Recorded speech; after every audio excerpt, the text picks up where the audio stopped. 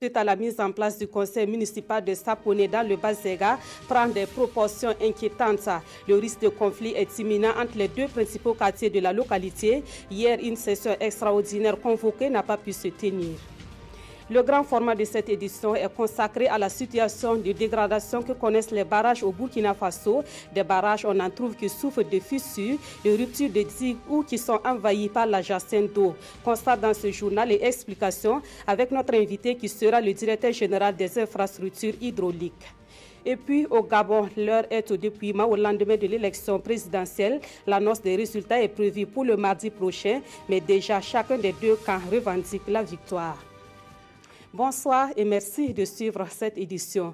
Tout d'abord, sachez que le 6e sommet de la TICAD s'est achevé aujourd'hui même à Nairobi, au Kenya. Plus d'une trentaine de chefs d'État africains, dont le président du Faso et une centaine d'investisseurs y ont pris part. Plusieurs décisions ont été prises dans le sens de renforcer le partenariat entre le Japon et le continent africain. Des précisions avec nos envoyés spéciaux Moussa Ouedraogo et Ruth Bini Ouattara. Le vent de l'Est a apporté le souffle d'une coopération fructueuse à Nairobi entre les pays africains, le Japon, les organisations internationales et régionales, les OSC et les représentants du secteur privé. Les travaux de la 6e TICAD qui se sont refermés cet après-midi ont été sanctionnés par une déclaration dite de Nairobi. Par ce document, les différentes parties prenantes apprécient le cadre ouvert et inclusif institué par la rencontre. Elles prennent note des avancements et engagements de la TICAD 5, mais remarquent toutefois 3 défis à relever. Il s'agit de la baisse des prix mondiaux des matières premières, occasionnant une pression fiscale et un impact sur la viabilité de la dette de nombreux pays. La pandémie causée par le virus Ebola est responsable de la paralysie des activités socio-économiques dans les pays touchés et doit être éradiquée. Le 3e défi, et non des moindres, est la radicalisation, le terrorisme ainsi que les changements climatiques. Pour venir à bout de ces défis et prenant appui sur la déclaration de Yokohama en 2015, les parties prenantes prônent l'instauration d'un système résilient de santé. Elles prônent également le renforcement de la croissance économique, l'accélération du développement des infrastructures, l'autonomisation des agriculteurs en tant que principaux acteurs économiques, la promotion d'une croissance durable et l'édification d'une société de paix, de démocratie et de bonne gouvernance. Le Premier ministre japonais Shinzo Abe a émis le vœu que la déclaration puisse trouver une mise en œuvre sans délai. Le Conseil national de la décentralisation et le ministère chargé de cette politique veulent mettre sur pied de nouveaux référentiels, et ce après l'échéance en 2015 du cadre stratégique sur la mise en œuvre de la décentralisation. Les acteurs concernés se sont retrouvés cette semaine à Kourgou pour échanger en vue d'harmoniser les actions des nouveaux référentiels de la décentralisation. Roger Kam, Ismaël Dilouma, Sirima. En quête de nouveaux référentiels de la décentralisation, le ministère en charge de la question a réuni différents acteurs pour des échanges. Tous les ministères ont été représentés à l'exception de la défense et des affaires étrangères. Avant de définir de nouveaux axes de la décentralisation, un diagnostic global des anciens référentiels a été établi. Sur cette base, les participants se sont penchés sur les thématiques de l'harmonisation et de la coordination du processus de la décentralisation, ainsi que de son financement.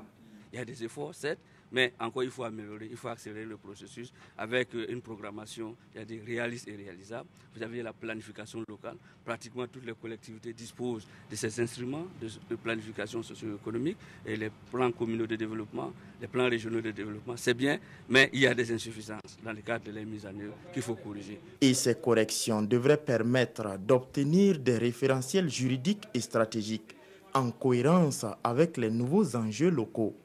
Après la vision prospective, nous faisons vraiment un enchaînement de vases communicants entre ces référentiels. Après la vision prospective, c'est la politique nationale qui sera élaborée et ensuite enchaînée avec la stratégie décennale et son plan d'action. L'ensemble de ces étapes devrait être finalisé avant la fin du mois de novembre. Direction à présent Sapone où la crise s'amplifie suite à la mise en place de l'exécutif communal. Une crise qui risque de se transformer en un conflit entre les deux principaux quartiers de Sapone. Ce matin, une partie de la population a érigé des barricades pour protester contre une session extraordinaire qui avait été convoquée hier samedi. À l'heure actuelle, ces barricades ont été levées, mais les deux camps durcissent le ton. Constat avec Adama Giti et Nyarkiteda. Les couteaux sont bien tirés entre les populations de Sapone. Hier samedi 27 août, Karkoudguin, ce quartier reconnu bastion de l'opposition, la coalition IPC-CDP de cette localité a empêché la tenue de la session extraordinaire, puis s'en sont suivis des courses-poursuites avec des véhicules endommagés de part et d'autre, selon les deux parties. Aujourd'hui, c'est Sapone Marché, ce autre quartier fidèle au maire élu qui érige des barricades sur la bretelle reliant les deux quartiers de la ville de Sapone. Ces manifestants disent le faire pour opposer les refus au boycott des sessions du conseil municipal orchestrées par l'opposition. Si nous sommes ici, c'est pour protester contre ce qui s'est passé hier. Les conseillers doivent siéger.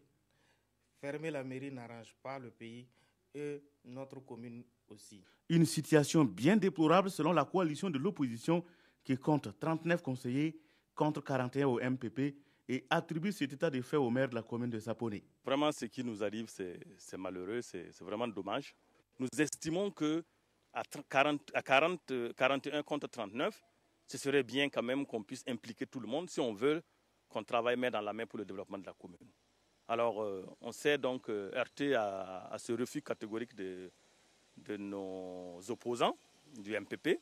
Alors, donc, depuis ce temps-là, nous, on doute vraiment de sa bonne volonté d'aller vers un climat d'apaisement. Alors, donc, sans attendre donc, la fin de toutes ces tractations, il a encore convoqué un conseil extraordinaire hier. Et nous avons estimé que c'était inopportun, vu le climat qui règne actuellement à Sapone. Alors, donc, nous sommes allés avec nos camarades de l'UPC et du CDP, avec lesquels nous sommes coalisés, pour empêcher ce conseil-là. Pour le maire, la situation se présente autrement et il dit agir conformément aux lois et textes du pays. Ils ont ciblé des postes. Apparemment, c'est changeant. Tantôt, c'est le maire qu'ils veulent faire démissionner pour prendre.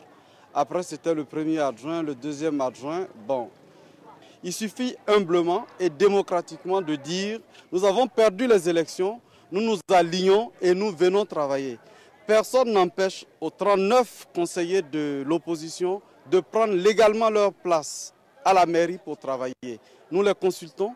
Nous avons créé une carte de concertation des partis politiques pour leur donner à chaque fois l'information et recueillir leurs avis avant de travailler. Ils l'ont boycotté dès la première session. En attendant, la session extraordinaire du samedi n'a pu se tenir. La voie est barrée. Il y a donc visiblement une division entre les populations, d'où la venue des autorités provinciales du Bas-Ega pour une médiation afin de lever les barricades. Comme il m'a été dit ici que du côté de Karkoudguin aussi, on empêchait ceux de Sapsin de venir là-bas. Il était de mon devoir d'aller échanger avec le chef de Sapone, qui m'a aussi rassuré qu'il n'y aura pas de problème. Donc je repars satisfait de ce déplacement. Avec l'appui des autorités coutumières et d'autres personnes ressources de Sapone, les voies sont libérées, mais chaque parti campe toujours sur sa position. La commune de Sapone est bien en danger.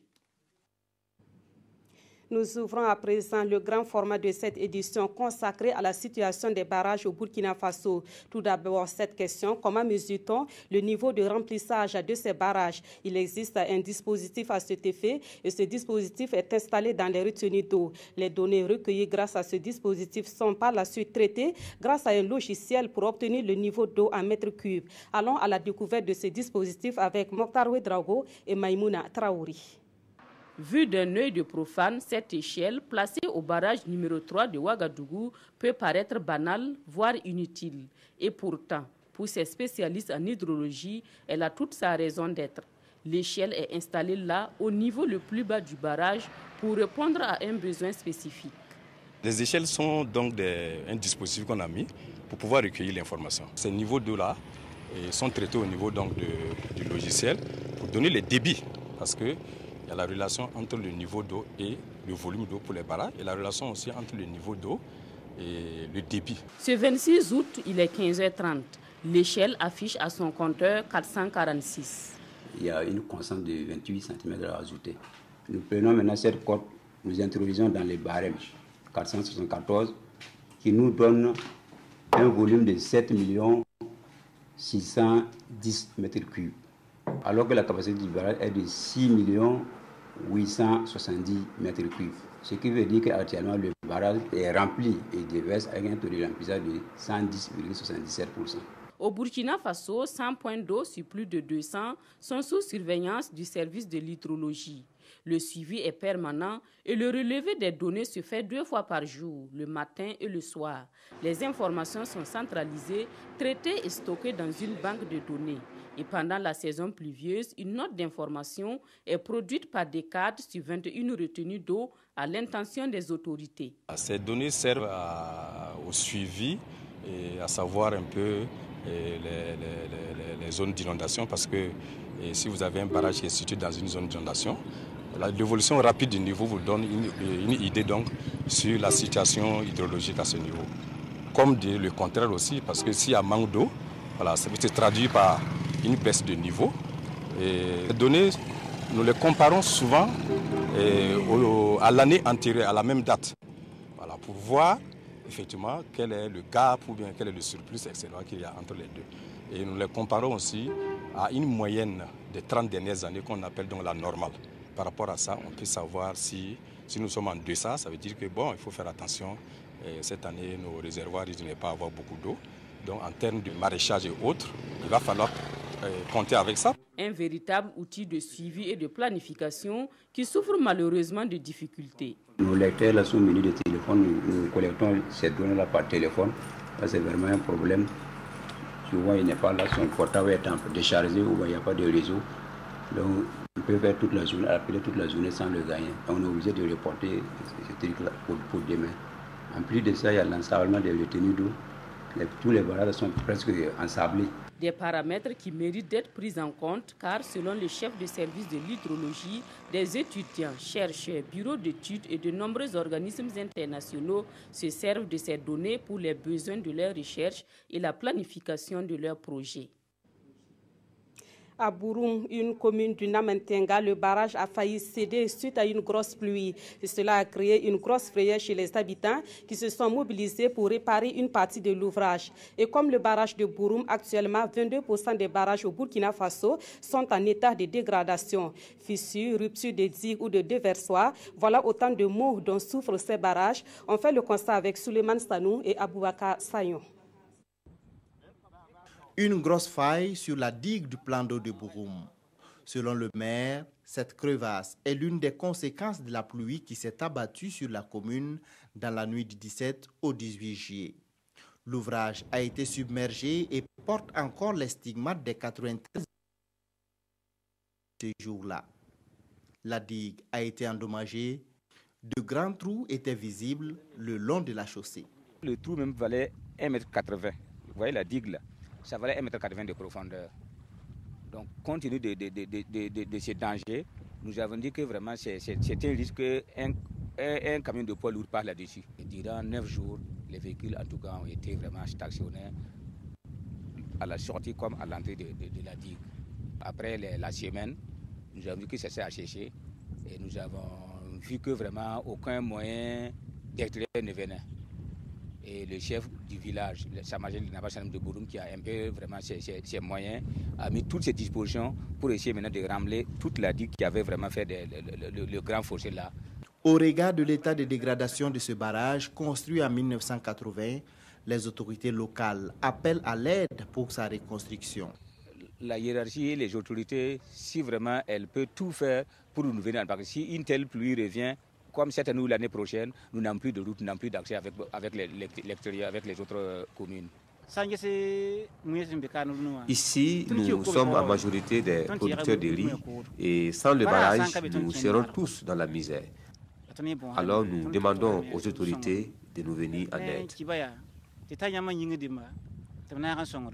Le barrage de Bouroum n'est pas le seul dans cette situation. Au plan national, de nombreux barrages et retenues d'eau sont endommagés. Nous avons environ 22% de ces ouvrages-là qui sont dégradés. Les 22% concernent les barrages. Voilà, 22% qui sont dégradés sur environ 1 millier de barrages.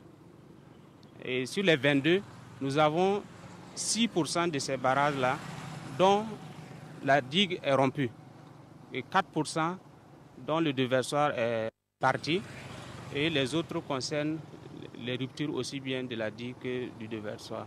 Des ruptures de digues qui peuvent avoir de graves conséquences sur les populations riveraines. Lorsque vous avez un barrage qui cède, les eaux peuvent contraindre des populations entières à se déplacer.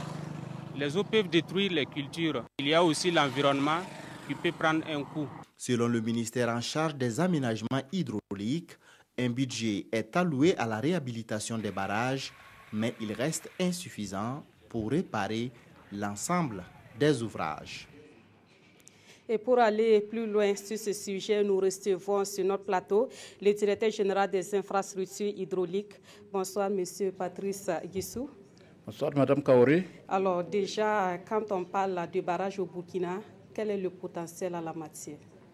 Merci.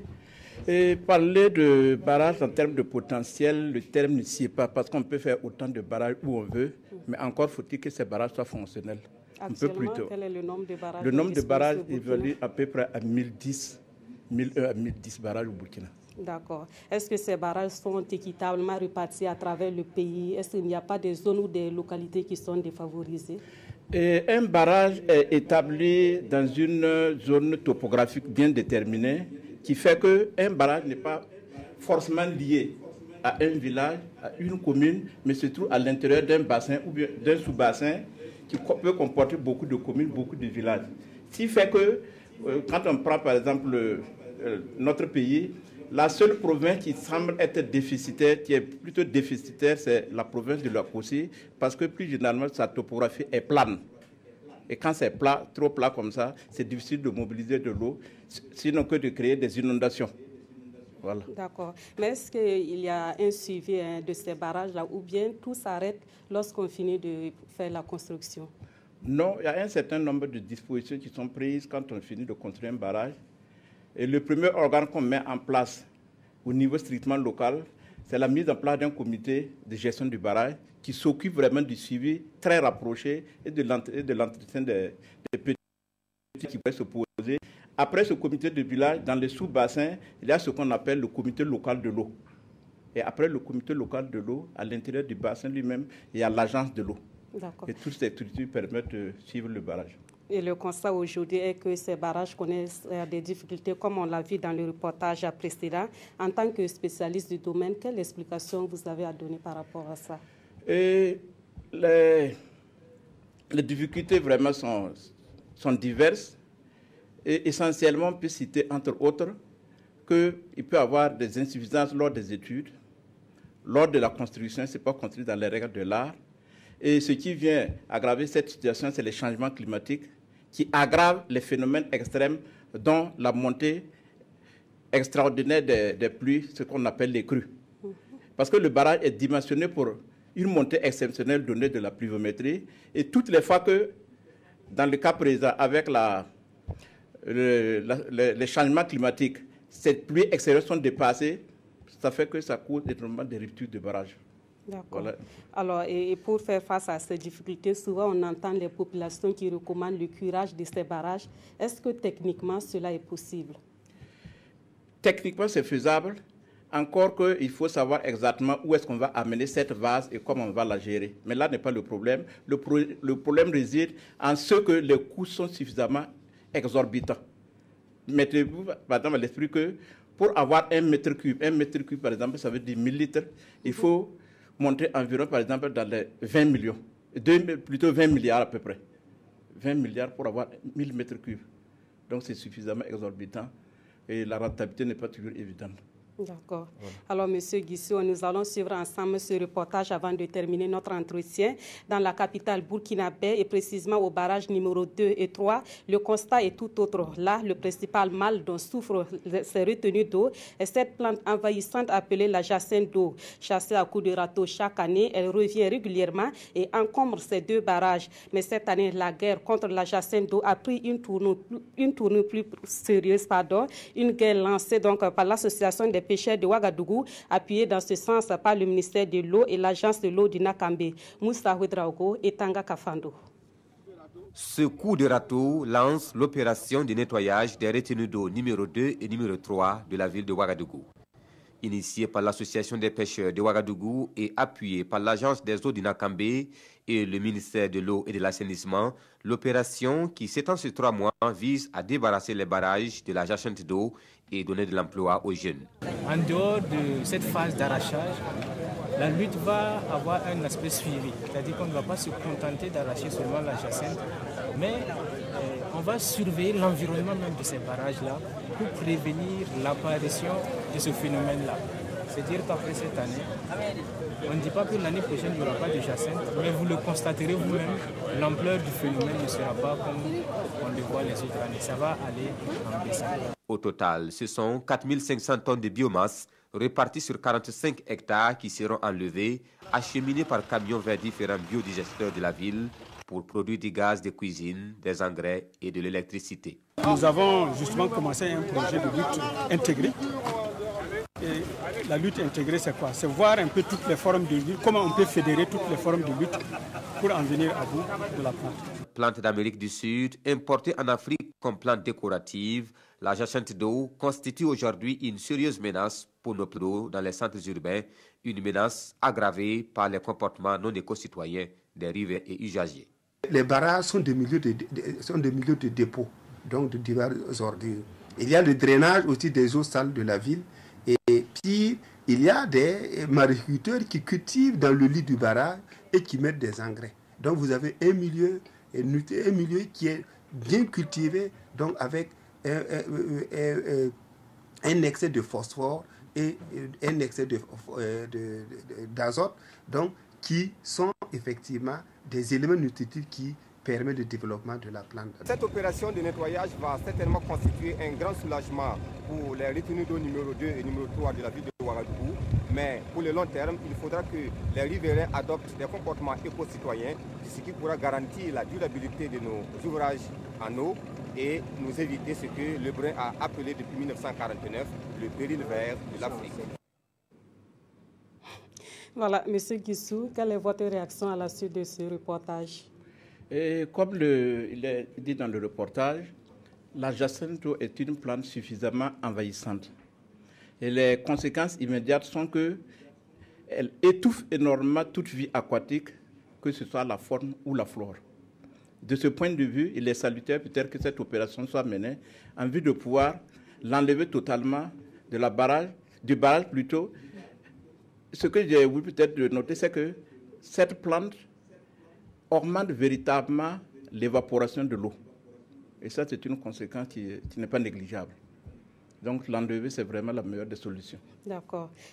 Et pour revenir aux difficultés constatées dans plusieurs barrages à thème principal de cet entretien, que pourrait-on faire pour y remédier? L'une des premières solutions que nous avons prises, c'est de procéder à une classification des barrages. Et cette classification devrait aboutir à ce qu'on puisse revoir véritablement les exigences dans la délivrance des agréments techniques. Et ces agréments techniques tiendront véritablement compte de la capacité d'un bureau d'études à réaliser dans les règles de les prestations et à l'entreprise qui a le marché de suivre rigoureusement les conditions qui sont décrites dans le marché. Et là, vous évoquez les études qui sont souvent mal faites. Tout à fait, tout à fait. Au niveau, par exemple, des solutions qui pourraient amoindrir les risques de changement climatique, c'est qu'il faut prendre des coefficients qui accroissent véritablement la sécurité des ouvrages. Merci beaucoup, M. Ouigou Patrice Guissou. Je rappelle que nous recevions le directeur général des infrastructures hydrauliques. Merci d'être passé nous éclairer davantage sur les difficultés et les solutions aux difficultés que connaissent donc beaucoup de barrages au Burkina Faso. Dans l'actualité également, on parle encore des pesticides, ces produits chimiques utilisés dans la chaîne de production des fruits et légumes. Des pesticides, on en trouve de plusieurs qualités et d'origines diverses au Burkina Faso. Mais la question que l'on ne se pose pas souvent, c'est quels peuvent être les effets de ces produits sur l'être humain. Une de nos équipes s'est intéressée à la question. Élément de réponse avec Adama Giti, Daouda Ouattara et Omar Zombri. Oumarou Kaboré répand sur sa production d'oseille un pesticide dont lui-même ne connaît ni le nom, ni l'origine et encore moins ses probables effets sur l'organisme humain. Comme ces feuilles d'oseille, laitue, tomates, choux, poivrons et autres légumes sont soumis au même traitement, soit de façon préventive ou curative. Si on pulvérise ces feuilles, elles deviennent inconsommables sur le champ. Et si tu tardes à les consommer, ça peut être dangereux. La salade, c'est maximum 40 jours. À partir du 20e jour, là, on n'hésite plus. On met plus le produit là. Ces légumes se retrouvent dans les étals au marché et autres lieux de vente. Certaines vendeuses ont conscience que ces produits de grande consommation sont soumis à des traitements chimiques qui peuvent s'avérer dangereux, même si elles ne savent pas à quel point elles préconisent néanmoins le lavage avant consommation. Le client peut tomber malade s'il consomme sans laver les salades ou autres légumes, donc nous les conseillons de les laver au permanganate ou à l'eau de javel.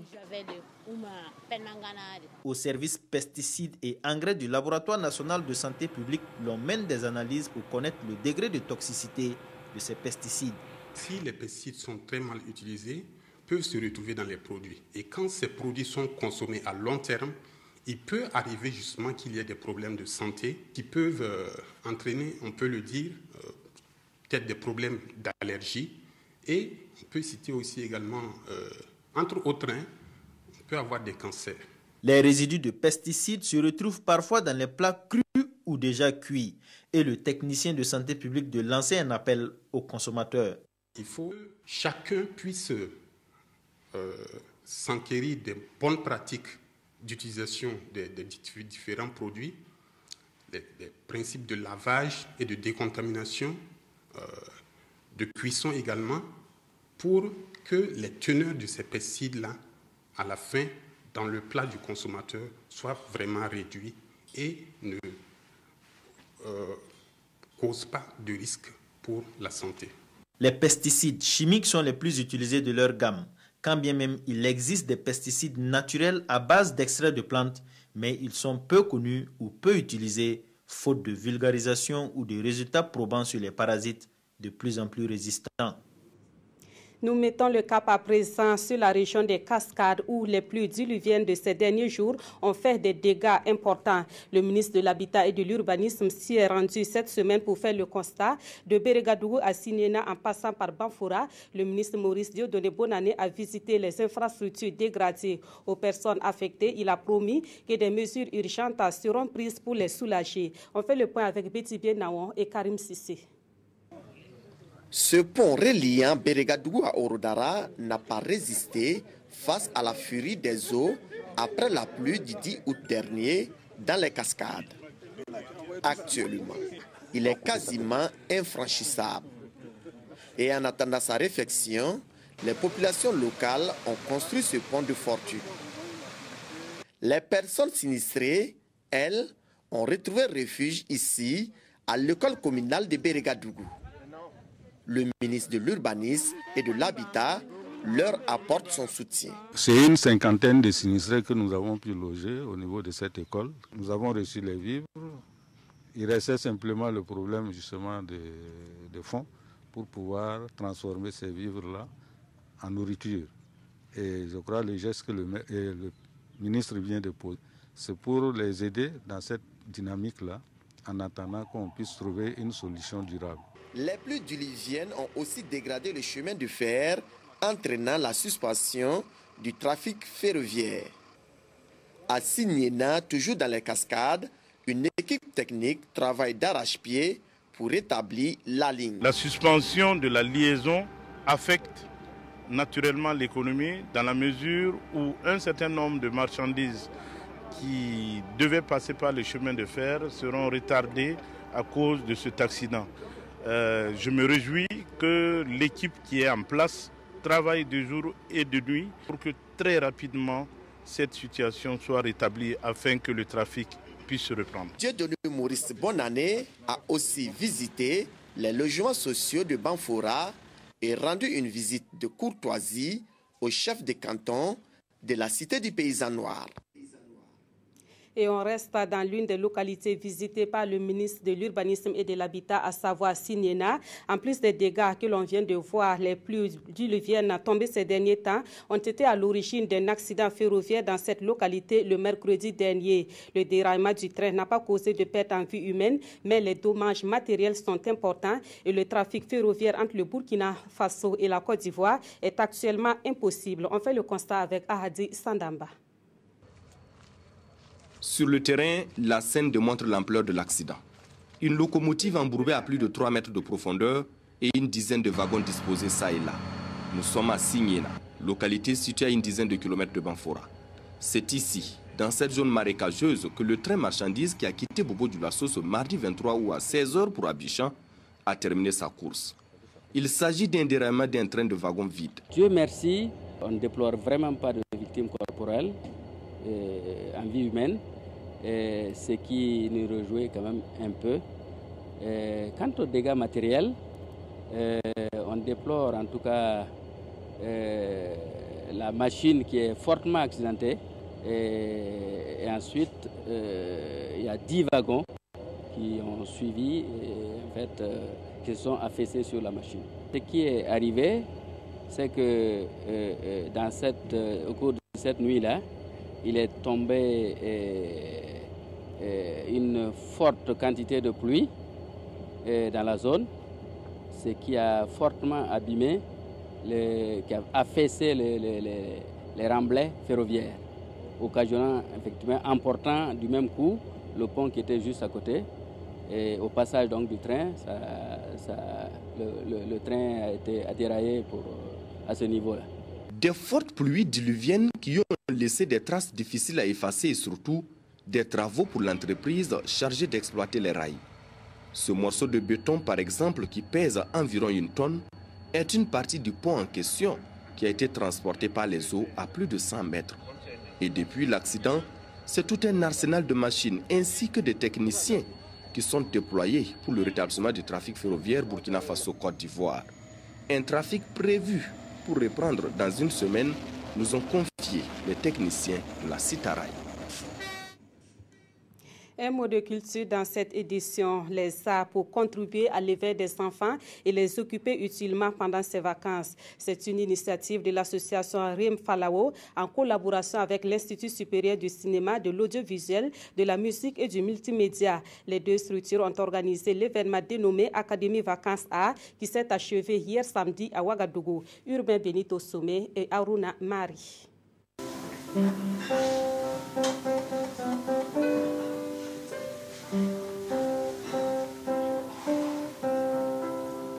Les doigts sur les cordes de la guitare, Nadine révèle son talent. La guitare, c'est son instrument de musique, un instrument qu'elle a appris à maîtriser à l'Académie Vacances Arts. Je suis venue ici pour apprendre la guitare. La guitare me plaît bien et je voulais apprendre de nouvelles choses. Donc, ce fut une opportunité pour moi que l'ISCA m'a offert pour venir occuper utilement mes vacances. J'ai bien appris en tout cas beaucoup de choses ici. L'Académie Vacances Arts, ce sont des cours de musique, d'art plastique, d'initiation aux médias et à l'audiovisuel. Dispensée pendant 10 jours, cette formation a concerné une quinzaine de stagiaires dont l'âge est compris entre 7 et 25 ans. Ce projet est de l'association Rim Falao en collaboration avec l'Institut supérieur du cinéma, de l'audiovisuel, de la musique et du multimédia, ISCAM. Formation en faveur des enfants à porter sur des ateliers artistiques, c'est-à-dire les arts plastiques, dessin et peinture, en guitare et ngoni, mais aussi en audiovisuel. Il s'agit d'essayer de permettre aux enfants d'exprimer leur talent au contact des instruments, parce que vous avez plein d'enfants, surtout ceux qu'on a reçus, qui n'ont jamais touché à ces instruments. Cette 7e édition de l'Académie Vacances Arts a bénéficié du soutien du ministère de la Culture, des Arts et du Tourisme. L'association Rim Falao et l'ISCAM se disent convaincus que les arts ont toute leur place dans l'épanouissement et l'éducation des jeunes. Actualité hors du Burkina Faso au Gabon. Nous sommes au lendemain de l'élection présidentielle. L'heure est au dépouillement dans les bureaux de vote. Les résultats sont prévus pour le mardi prochain, mais déjà, les deux camps des candidats Ali Bongo et Jean Ping réclament chacun la victoire. Le récit de Frédéric Etienne Bassenga. Bulletin après bulletin, les agents des bureaux électoraux procèdent au dépouillement des résultats des élections présidentielles au Gabon. Bien que l'annonce des résultats soit prévue pour ce mardi, les deux camps revendiquaient hier déjà la victoire. Je suis l'élu. Maintenant, le fait de devenir président, il y a quand même une procédure. Dans la journée d'hier, certains militants ont fait le pied de grue devant les bureaux de vote. Des militants déterminés à barrer la route à toute tentative de fraude. Nous sommes là jusqu'à 20h. Jusqu'à tous les résultats, nous sommes là. Aucune fraude, c'est fini. Les unes là où ils vont aller, ils vont emporter ça, nous serions là. Ils doivent dépouiller ça devant nous. Le dépouillement est public, ça doit se passer devant nous. Les habitants et les commerçants de Libreville se préparent à d'éventuels troubles post-électoraux. Les jours qui suivent seront décisifs pour l'avenir du pays. On revient chez nous pour les informations sportives de cette édition. Bonsoir Mamadi Ouina. Bonsoir Nathalie. Alors on va commencer par la dernière journée des éliminatoires de la CAN 2017. C'est pour le dimanche prochain, mais les étalons vont se regrouper dès demain. Oui, dès demain, il y a même des joueurs qui ont commencé à rallier Ouagadougou cet après-midi. Et dès demain, Paulo Duarte va commencer à avoir son groupe. Il a fait appel dans un premier temps à 25 joueurs qui étaient pratiquement tous des joueurs évoluant à l'extérieur. Seul le gardien du Rail Club du Cadre, champion du Burkina, était appelé. Mais nous avons eu des informations comme quoi Yacouba Mando, le meilleur joueur du championnat aussi, a été appelé pour compléter la liste à 26 joueurs. Et bon, pour ce qu'on peut dire que la majeure partie de ces joueurs-là sont en forme. On va prendre par exemple le cas de Steve Yago qui a été capitaine ce soir avec Toulouse. C'est le seul joueur burkinabé qui évolue dans le championnat d'élite français en Ligue 1 actuellement. Et ce soir, il était capitaine pour le match nul de son équipe à Saint-Étienne. C'était 0-0. Et il y a Bakary Koné aussi qui est en Espagne et qui est titulaire avec Malaga. Et pour la deuxième fois, vendredi, il était titulaire et Malaga a fait un match nul de 2 buts partout avec l'Espagnol de Barcelone. Et il y a aussi un autre joueur burkinabé qui évolue dans un championnat majeur. On va donner ceux qui jouent dans les grands championnats européens. Et Bertrand Traoré, qui est maintenant à l'Ajax, aux Pays-Bas, et qui a participé à la victoire 3-0 de son équipe de Van Gogh Aïd Eagles. Mais pour le moment, le jeune burkinabé, qui est un joueur de Chelsea, mais qui a été prêté à l'Ajax d'Amsterdam, n'a pas encore fait trembler les filets. Alors, des joueurs en pleine forme dans leur majorité, mais quel est l'enjeu de ce match? L'enjeu de ce match pour les étalons, c'est gagner dimanche prochain à 14h. C'est un match qui sera programmé à 14h. Le temps aussi va compter dans ce match. 14h parce que la CAF veut harmoniser ce match avec l'autre match du groupe qui met en opposition l'Ouganda et les îles Comores. Donc, ce match, les étalons qui sont premiers du groupe avec 10 points, à égalité de points aussi avec les Cranes de l'Ouganda. Mais étant donné que le Burkina a pris 4 points sur l'Ouganda, une victoire à Ouaga et un match nul en Ouganda, les Burkinabés sont premiers et il faut gagner pour garder cette première place qui qualifie d'office les étalons pour Gabon 2017. Alors, très rapidement, Ouina, quelles sont les autres informations sportives ce soir? Il y avait ce dimanche de la gymnastique